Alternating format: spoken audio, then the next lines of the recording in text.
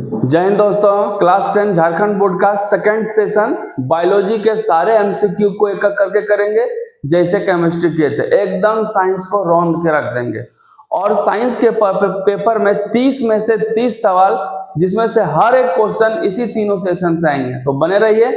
आज का पहला चैप्टर है जैव प्रक्रम। इसमें लिखा है कि विक्र एक तंत्र है, वो किससे संबंधित है। विक्र को इंग्लिश में हम लोग बोलते हैं किडनी। तो किडनी फिल्टर करता है, जो कि उत्सर्जन तंत्र मतलब गंदगी को बाहर करने का पार्ट है, इसलिए ये इसमें हो जाएगा उत्सर्जन तंत्र। पहला क्वेश्चन समझ में आ गया। चलते हैं सेकंड क्वेश्चन है, पादप में जाइलम उत्तरदायी है। एक बात याद रखिए, पादप जो होता है पौधा, उसमें दो तरह के यौगिक होते हैं, जिसका नाम है उत्तक।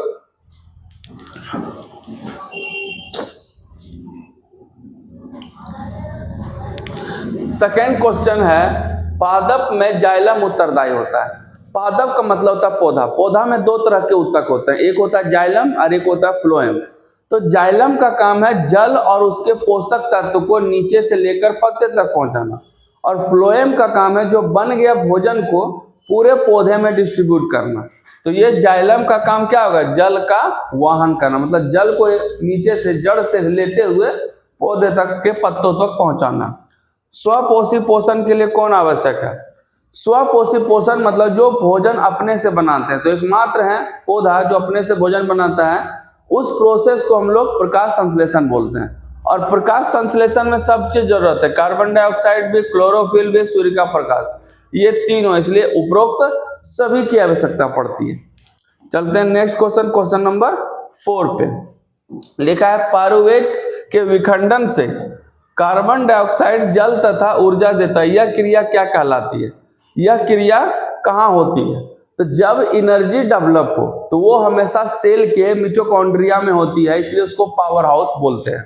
तो इसमें से कौन हो जाएगा, माइटोकॉन्ड्रिया। ऊर्जा घर कहा जाता है, क्योंकि यहीं से ऊर्जा उत्सर्जित होती है, इसलिए इसको सेल का मतलब कोशिका का ऊर्जा गृह कहा जाता है। अगला क्वेश्चन है 5वां, क्षुद्रांत में प्रोटीन का पाचन किन एंजाइम से होता है। क्षुद्रांत मतलब पेट का पार्ट्स को बोलते हैं। क्षुद्रांत में प्रोटीन का पाचन जो होता है वो ट्रिप्सिन नामक एंजाइम से होता है। किससे होता है, ट्रिप्सिन से। अगला क्वेश्चन है, श्वसन की प्रक्रिया के दौरान प्रथम चरण में ग्लूकोज टूटकर कोशिका द्रव मतलब साइटोप्लाज्म में टूटकर 3 कार्बन अणु में विखंडित होता है, तो वो पायरुवेट अणु में होता है। किसमें होता है, पायरुवेट अणु में लिखे होते हैं, याद रखना है। अगला क्वेश्चन 7वां है कि मनुष्य का हृदय कितने कोष्ठ में होता है। तो मनुष्य का हृदय 4 कोष्ठ, 4 चैम्बर जिसको बोलते हैं। मेढक का 3 चैम्बर होता है और कॉकरोच का 16 चैम्बर होता है, याद रखिएगा, क्वेश्चन किसी का भी पूछ सकता है। अगला है, पादप में फ्लोएम उत्तरदायी। फ्लोएम अभी जस्ट बताया, जाइलम तो जल का वाहन, और ये फ्लोएम है तो ये भोजन का वाहन, मतलब भोजन का वहन करने, मतलब भोजन जब पौधे की पत्तियां बना लेती है तो उसको एक जगह से पूरे पौधे के हर एक पार्ट तक डिस्ट्रीब्यूट करने का काम फ्लोएम का होता है। नेक्स्ट क्वेश्चन, क्वेश्चन नंबर 9, मानव रक्त में उपस्थित यूरिया की सामान्य मात्रा क्या होती है। यूरिया मतलब जो ब्लड बहता है पूरे शरीर में, उसमें यूरिया की मात्रा कितनी होती है, तो 20 mg, याद रखना है। मैग्नीशियम पाया जाता है, मैग्नीशियम जो होता है क्लोरोफिल में पाया जाता है, याद रखना, पत्तियों में क्लोरोफिल, तो इसमें हो जाएगा A नंबर, क्लोरोफिल। ये बहुत बार क्वेश्चन पूछा है।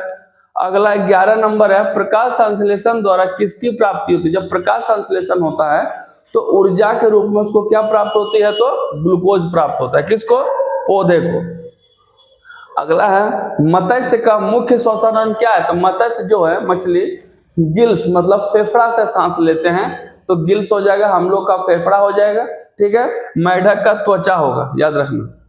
क्वेश्चन है, रेजिन और गोंद कहाँ संचित होते हैं। तो रेजिन और गोंद पुराने जाइलम टिश्यू में, पुराने जाइलम उत्तक में संचित होते हैं, याद रखना है D नंबर। निम्नलिखित में से कौन उत्सर्जन, उत्सर्जित मतलब बाहर करना, वेस्टेज को बाहर करने में काम आता है। तभी जस्ट पढ़े, विक्र आपका उत्सर्जन तंत्र, आंख देखने में काम आता है। अग्नाशय, अग्नाशय से एंजाइम बाहर आते, ये सब उत्सर्जन को, वेस्ट प्रोडक्ट को बाहर नहीं करते। सिर पर सिर्फ कौन होगा, तो विक्र होगा, जो आपका उत्सर्जित अंग का हिस्सा है। नेक्स्ट क्वेश्चन आपका है 14 क्वेश्चन था, 14 क्वेश्चन कंप्लीट हुआ। नेक्स्ट चैप्टर हम लोग चलते हैं, इसका अगला चैप्टर, चैप्टर नंबर 2, जो कि बुक में 7 चैप्टर में। ये चैप्टर नियंत्रण और समन्वय का चैप्टर। इसका पहला सवाल है, निम्नलिखित में से कौन पादप हार्मोन है? तो इंसुलिन जो है हमारे अग्नाशय से बाहर आता है, ये ह्यूमन हार्मोन है, मानव हार्मोन। एस्ट्रोजन फीमेल हार्मोन है। थायरोक्सिन थायराइड ग्रंथि से बाहर आता है। साइटोकाइनिन जो है पादप हार्मोन है। तो इसका आंसर ऑप्शन नंबर 4 पादप हार्मोन होगा। कौन? तो साइटोकाइनिन। दो तंत्रिका कोशिका के मध्य जो खाली स्थान होता है उसको सिनेपैक्स कहा जाता है। क्या बोलते हैं? सिनेपैक्स। दो तंत्रिका कोशिका मतलब अगला और पिछला के बीच का जो गैप होता है उसको हम लोग सिनेपैक्स कहते हैं। नेक्स्ट क्वेश्चन है क्वेश्चन नंबर 3, मस्तिष्क किसके लिए उत्तरदायी है?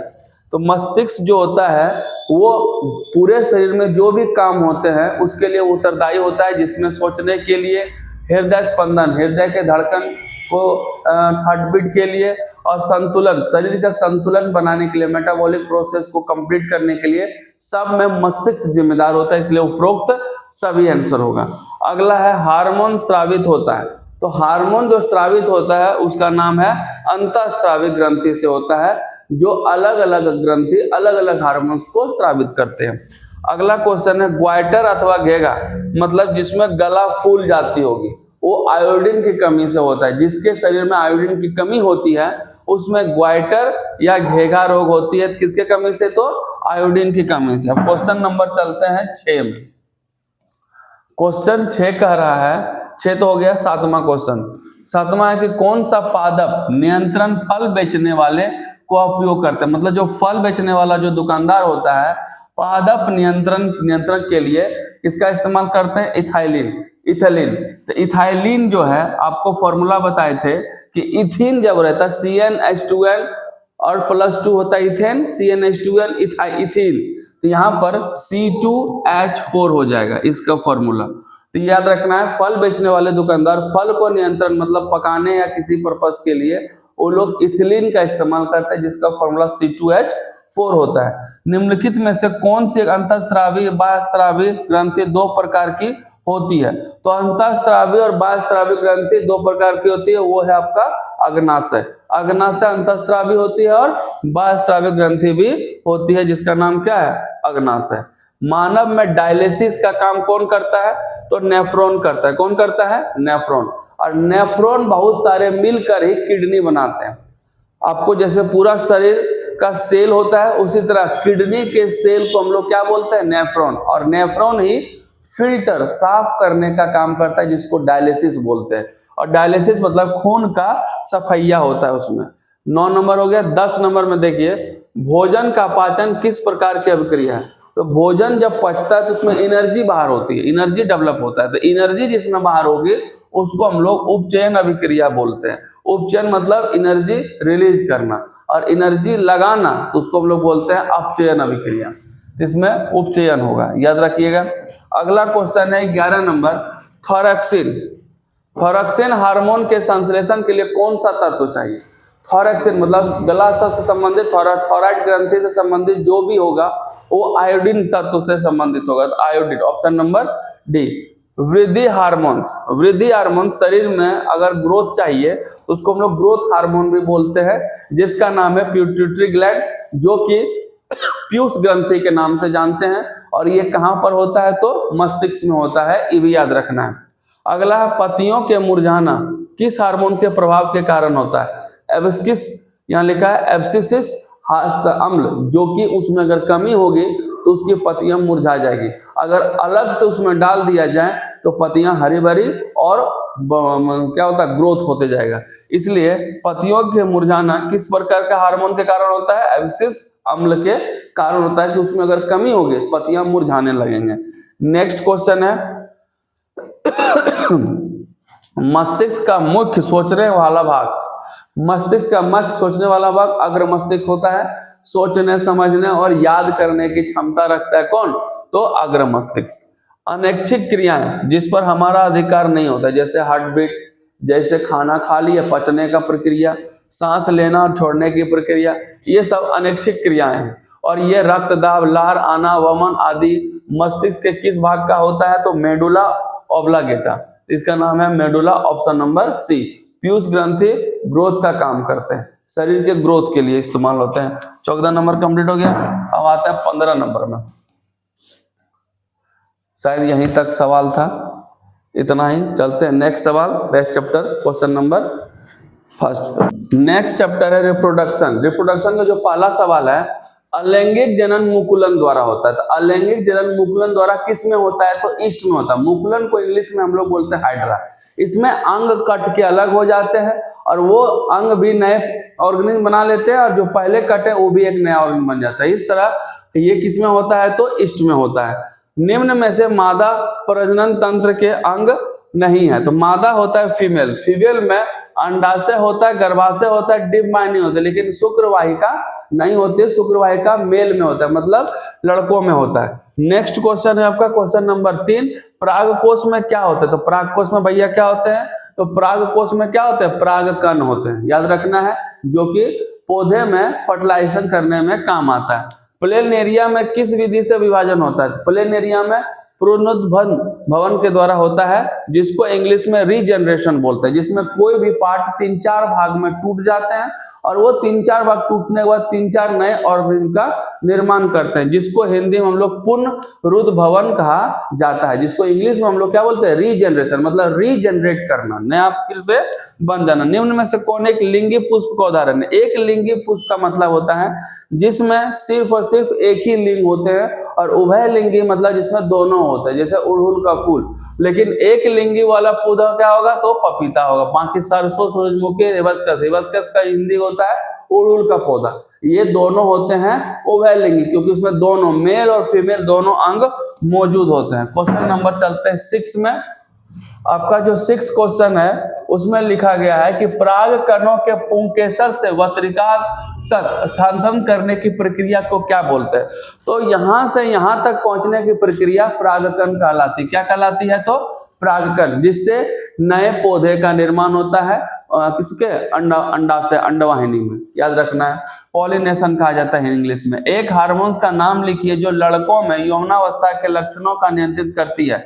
तो उनके टेस्टिस, मतलब वृषण से जब टेस्टोस्टेरोन बढ़ने लगते हैं तो उसमें क्या होते हैं? जवानी निकलने लगती है, मुहासे निकलने लगते हैं, जननांग के पास बाल उगने लगते हैं। तो इसको हम लोग बोलते हैं यौवनावस्था, और वो तभी होता है जब उसमें से टेस्टोस्टेरोन बाहर आते हैं। प्रोजेस्टेरोन और एस्ट्रोजन ये फीमेल्स हार्मोन्स होती हैं, याद रखिएगा।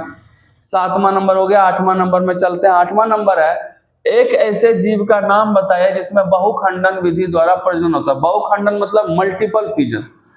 एक खंडन बोलेगा तो अमीबा, जिसमें एक टूट करके 2 नए जीव का निर्माण करते हैं, वो अमीबा है। और इसमें बहुखंडन में बहुत सारे पार्ट में टूटकर बहुत सारे अंग टूटते हैं, जिसमें बहुत सारा जीव का निर्माण होता है, जिसका नाम है बहुखंडन विधि। और बहुखंडन से होता है प्लाज्मोडियम। अमीबा में एक खंडन होता है, याद रखिएगा। नंबर 9 में है कि बायोफिल्म में अलैंगिक जनन किस विधि द्वारा होता है? तो बायोफिल्म में अलैंगिक जनन जो होता है कायिक प्रवर्धन द्वारा होता है। कायिक प्रवर्धन को हम लोग वेजिटेटिव प्रोपेगेशन बोलते हैं, जिसमें पौधे के अलग अलग अंग से अलग अलग जीव का निर्माण होता है। जैसे कहीं पत्तों से होता है, तो कहीं आपका जड़ से होता है, कहीं तना से होता है, कहीं फूल से होता है। इसी को हम लोग वेजिटेटिव प्रोपेगेशन बोलते हैं, और उसी का ये एक हिस्सा है। Question number 9। चलते क्वेश्चन नंबर 10 में। 10 में सवाल है कि जब एक पुष्प के परागकण दूसरे पुष्प के वर्तिकाग्र तक स्थानांतरित होता है तो उसे क्या कहते हैं? तो इसके परागकण से वर्तिकाग्र तक ट्रांसफर होने को हम लोग बोलते हैं परागकण। तो इसको बोलते हैं परपरागन, मतलब एक से दूसरे में कन्वर्ट हो रहा है, एक फूल से दूसरे फूल में कन्वर्ट हो रहा है, इसको बोलते हैं परपरागन, जिसको हम लोग बोलते हैं क्रॉस पॉलिनेशन। और अगर एक ही फूल के उसी फूल के दूसरे वर्तिकाग्र तक पहुंचता है तो उसको बोलेंगे स्वपरागन। लेकिन इसमें एक फूल से दूसरे फूल में है, इसको बोलेंगे परपरागन। इनमें से कौन स्त्री केसर का भाग नहीं है? तो स्त्री केसर का भाग नहीं है तो परागकोश, बाकी तीनों जो है वो स्त्री केसर का भाग है। अगला जो क्वेश्चन चलते हैं, क्वेश्चन नंबर 12 में लिखा है कि जो जनन कोशिका अपेक्षाकृत बड़ी होती है और जिसमें भोजन का भंडार भी संचित हो, से क्या कहते हैं? तो मादा युग्मनक बोलते हैं। मादा युग्मनक बड़ी होती है और उसमें भोजन का भी, एनर्जी का भी पार्ट संयोजित होते हैं, संचित होते हैं।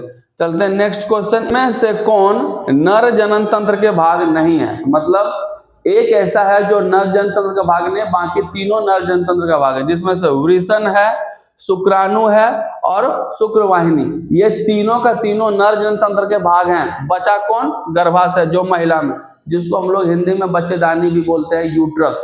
तो गर्भाशय किस में होता है? तो मादा प्रजनन तंत्र में, इसलिए इसका आंसर हो जाएगा option number D. Question number 13, बस इतना ही था। चलते हैं नेक्स्ट सवाल।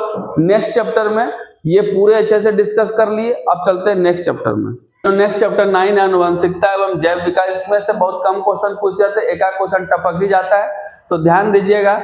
मेंडल के एक प्रयोग ने लंबे पौधे, मटर के पौधे जिसमें बैंगनी पुष्प थे, और इस संस्करण में बौने पौधे में सफेद पुष्प थे, और कुछ पौधे लंबे हुए और कुछ पौधे छोटे हुए। तो उनमें से कहा जा सकता है कि लंबे जनक पौधे की आनुवंशिकता, मतलब उसका हेरिडिटी क्या होगी, जो नेक्स्ट जनरेशन लंबे पौधे में कन्वर्ट होंगे। तो ऑप्शन नंबर टी, छोटी टी WW, इसमें टी जो है लॉन्ग पौधे को रिप्रेजेंट किया गया है और छोटी टी बौने पौधे को रिप्रेजेंट किया गया है। चलते हैं नेक्स्ट क्वेश्चन, क्वेश्चन नंबर 2 पर। इसमें लिखा है कि समजात अंगों का उदाहरण। समजात मतलब होता है जो कि एक ही तरह के होते हैं, एक ही प्रकार के होते हैं, उसका कौन सा उदाहरण? हमारा हाथ तथा कुत्ते के अग्रपाद। तो हमारा दोनों हाथ जो है, कुत्ता का अगला भाग भी दोनों एक जैसे मिलते हैं, हमारे दांत और हाथी के दांत भी एक जैसे होते हैं। फिर आलू और घास की ऊपरी भूस्तरी दोनों एक ही होते हैं, तीनों का तीनों एक दूसरे से मिलता है, इसलिए वो समजात मतलब एक ही कैटेगरी के होते हैं, इसलिए ऑप्शन नंबर डी हो जाएगा। चलते हैं नेक्स्ट क्वेश्चन, क्वेश्चन नंबर 53। यहाँ लिखा है कि विकासीय दृष्टिकोण से हमारी किस से अधिक समानता है? हमको किस से अधिक समानता है? चीन के विद्यार्थियों से अधिक समानता है, चिंपैंजी से नहीं है, जीवाणु से नहीं है, मकड़ी से नहीं है। तो क्या होगा? चीन के विद्यार्थी से अधिक समानता, मतलब हम एक दूसरे के समजातीय दिखते हैं। जो चौथा क्वेश्चन है, सब्जी की एक टोकरी में गाजर, आलू, मूली, टमाटर रखे गए। तो 4 ऑप्शन में गाजर, आलू, आलू गोल होता है तो गाजर लंबा होता है, ये तो नहीं होगा। गाजर और टमाटर भी नहीं होगा, मूली और आलू भी नहीं होगा, तो मूली और गाजर दोनों लंबे होते हैं, इसलिए दोनों समजातीय श्रेणी में आएंगे। तो इसलिए ऑप्शन नंबर क्या हो जाएगा? Option number D. चलते हैं नेक्स्ट क्वेश्चन, क्वेश्चन नंबर 4 पे। 4 तो हो गया, 5 पर। 5 बोल रहा है कि विविधता के संदर्भ में निम्नलिखित में से कौन सा कथन सही नहीं है? तो इसमें बताना है कि कौन सही नहीं है। तो अलैंगिक जनन से विविधता की संभावना सबसे कम होती है, एकदम सही बात है, इसलिए ये सही ऑप्शन नहीं हो सकता है। अलैंगिक जनन से विविधता की संभावना बहुत कम होती है, याद रखना। किसी भी स्पीसीज की सभी विविधताओं के बने रहने के लिए संभावना समान होती है, ये बिल्कुल गलत है, ये गलत है, इसलिए ऑप्शन नंबर बी होगा। बाकी ये तीनों जो चीजें हैं, ऑप्शन है, वो सही है। पहला ऑप्शन तो समझा दिए। दूसरा, आनुवंशिकता संगठन में परिवर्तन कारण विविधता आ जाती है, विविधता मतलब उसमें अंतर आ जाता है। और अगला है, पर्यावरण परक कारकों द्वारा परिवर्तन का वर्णन विकास की प्रक्रिया का आधार बनता है, मतलब जो इन्वायरमेंटल एलिमेंट्स होते हैं जो कि उसमें परिवर्तन का कारण बनते हैं। ये तीनों का तीनों ऑप्शन सही है, तो ऑप्शन नंबर बी गलत है, इसलिए आंसर हो जाएगा बी। 5वां नंबर में आते हैं, 5 तो हो गया था इंग्लिश में। 5वां क्वेश्चन, मेंडल ने अपने प्रयोग के लिए किस पौधे का चयन किया? तो नॉर्मल मटर जो हम लोग खाते हैं, उस मटर के पौधे का इस्तेमाल किया ताकि उस पर एक्सपेरिमेंट कर सके। गुणसूत्र पाए जाते हैं, गुणसूत्र कहाँ पाए जाएंगे? तो सेंट्रल में पाए जाएंगे। कहाँ पर? तो केंद्रक में पाए जाएंगे, तो जिसका नाम है न्यूक्लियस, इंग्लिश में बोलते हैं न्यूक्लियस। तो गुणसूत्र का मतलब होता है डीएनए, और जिसमें आपका गुणसूत्र आपके पापा के गुणसूत्र से मैच करेगा। ये इंपॉर्टेंट 6 सवाल थे जो बायोलॉजी के सारे चैप्टर, चारों चैप्टर को अच्छे से डिस्कस कर दिया गया है। ये हर एक सवाल को अच्छे से पढ़ लीजिएगा, रिवाइज कर लीजिएगा, इससे एक भी क्वेश्चन बाहर नहीं आएंगे। नेक्स्ट वीडियो आपका फिजिक्स पर है, और वो काफी इंपॉर्टेंट, क्योंकि फिजिक्स से बहुत सारे सवाल बनते हैं, तो वो वीडियो भी शाम तक आ जाएंगे, इसलिए उसको भी जरूर देखिएगा, ताकि आपका 30 में से 30 110% आपका उसी से आए। तो मिलते हैं नए वीडियो के साथ, तब तक बने रहिए। जय हिंद।